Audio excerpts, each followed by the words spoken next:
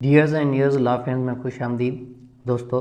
The constitution of the Islamic Republic of Pakistan के हमने जो है वो 10 आर्टिकल्स पहले कवर कर लिए हैं।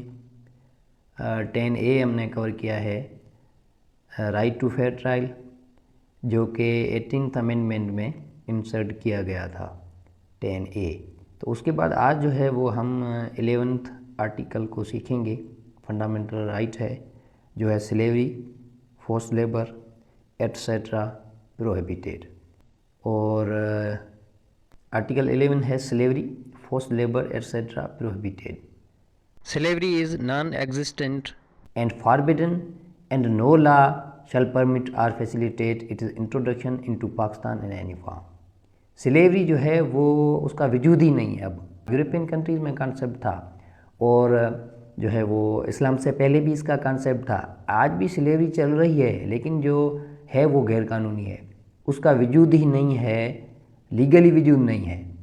And forbidden and no law shall permit और फैसिलिटेट, और ये ममनू है स्लेवरी, और कोई भी लॉ उसकी इजाज़त नहीं देगा और ना ही उसकी जो है वो सहूलतकारी करेगा। अगर कोई एक्ट बनता है जो स्लेवरी की फैसिलिटेशन करे तो वो नल एंड वाइड करार दिया जाएगा, क्योंकि जो भी लॉ है अगर फंडामेंटल राइट्स के खिलाफ होगा तो वो नल एंड वाइड करार दिया जाएगा एज जुडिशल रिव्यू में सुप्रीम कोर्ट की तरफ से। तो ऐसा लॉ बन ही नहीं सकता हमारे कंट्री में जो फंडामेंटल राइट्स के खिलाफ हो। It is introduction into Pakistan in any form, किसी भी सूरत में, चाहे उसकी फैसिलिटेशन हो या डायरेक्टली और इनडायरेक्टली, वो काबिल कबूल नहीं है। तो स्लेवरी क्या है? स्लेवरी का अब वजूद ही नहीं है और वो फॉरबिडन है और उसकी फैसिलिटेशन के लिए या उसकी इजाज़त के लिए कोई भी लॉ नहीं बन सकता। उसके बाद क्लास 2 है आर्टिकल 11 का, all forms of force labour and traffic in human beings are prohibited. जो भी बेगारी के अक़साम हैं वो इलीगल हैं और उसके अलावा जो बंदों की खरीद व फरोख्त वो भी प्रोहिबिटेड है। तो all forms of force labour, बेगारी वो ममनू है। बेगारी में क्या आ जाता है? अगर आप किसी से काम करवाते हैं और उसके पैसे नहीं देते, फ्री में काम करवाते हैं, बेगर में काम करवाते हैं।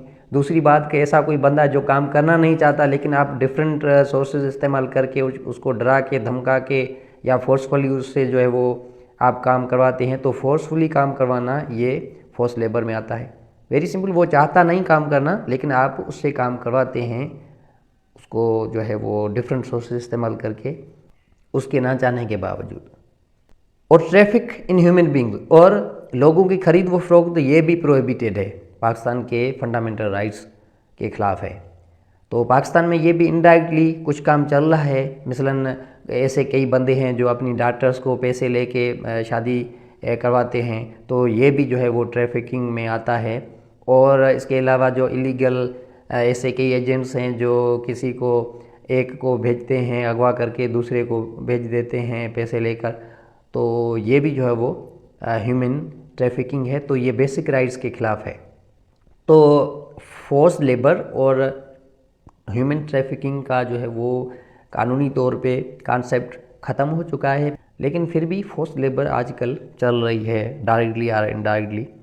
क्योंकि अगर हम बात करें पेरेंट्स की, तो पेरेंट्स अपने बच्चे जो है वो काम पे लगा देते हैं, क्योंकि अंडर 14 जो है वो इलीगल है। ये क्लास 3 में है, no child below the age of 14 years shall be engaged in any factory or mine or any other hazardous employment.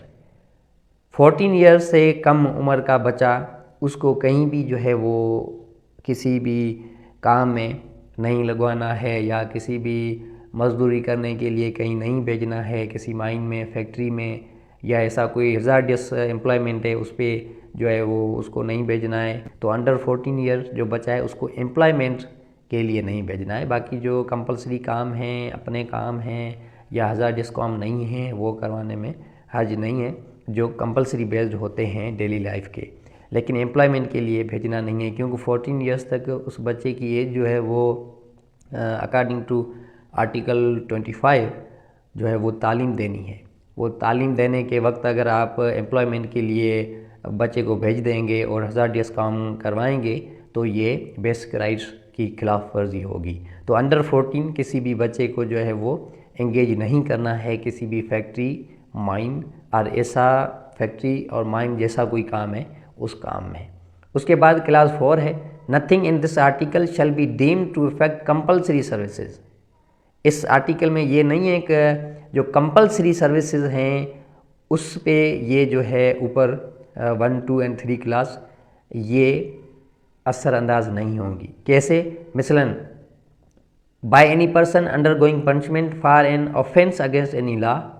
ऐसा कोई बंदा जिसको सज़ा आ गई है, भाई सज़ा के लिए उसको जो है वो 2 साल काम करना है किसी फैक्ट्री में, तो वो जो है वो ममनू नहीं है, चाहे वो हज़ार्डस काम क्यों ना हो। और बी कंडीशन है, required by any law for public purpose. Public purpose के लिए किसी भी लीगली तौर वो अगर रिक्वायर्ड है काम, तो फिर उस पर भी ये आर्टिकल असरअंदाज नहीं होगा।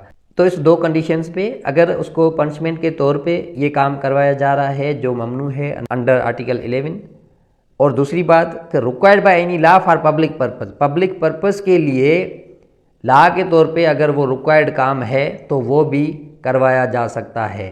एक तो पनिशमेंट में अगर कोई काम कर रहा है तो वो भी इस ज़िम्मे में नहीं आएगा, दूसरी बात को वो अगर पब्लिक पर्पज़ के लिए लीगली तो रिक्वायर्ड है तो भी वो इस जो है वो ज़िम्मे में नहीं आएगा अंडर आर्टिकल 11 वाले ज़िम्मे में, जो ये 1, 2 और 3 क्लास में कहा गया है। लेकिन शर्त ये है, provided that no compulsory service shall be of a cruel nature. कोई भी काम, वो काम जो अगर ये सब क्लास 4 और उसका जो ए और बी है under punishment and required by any law for public purpose, इन दोनों कंडीशंस में अगर काम जो करवाया जा रहा है इसमें शर्त ये है कि वो क्रूअल नेचर का ना हो और incompatible with human dignity. Human की, इंसान ज़ात की जो डिग्निटी है, क्योंकि इंसान अशरफुल मखलूक़ात है, तो ऐसा कोई काम उससे नहीं करवाया जाए जो उस बंदे की जो डिग्निटी है उसको वो हर्ट करे। उससे ऐसा काम करवाना है जो उसकी डिग्निटी को हर्ट नहीं करे। तो अगर ये शर्त है, अगर ऐसा बंदा उसकी डिग्निटी को जो है वो आँच आ रही है तो फिर वो नहीं करवाया जाएगा। लेकिन अगर कंपेटेबल है विथ दैट पर्सन, जो काम करवाया जा रहा है वो कंपेटेबल है, तो इस कंडीशन में जो है वो ये अलो करता है सेक्शन 4 सब क्लास 4 आर्टिकल 11 का। तो आर्टिकल 11 वेरी सिंपल, अगर हम कंक्लूड करें तो स्लेवरी, फोर्स लेबर ये प्रोहिबिटेड हैं इस दौर में। जो पुराने दौर में स्लेवरी का काम चलता था, फोर्स लेबर का चलता था, तो ये प्रोहिबिटेड हैं। स्लेवरी का कोई वजूद नहीं है इस दौर में।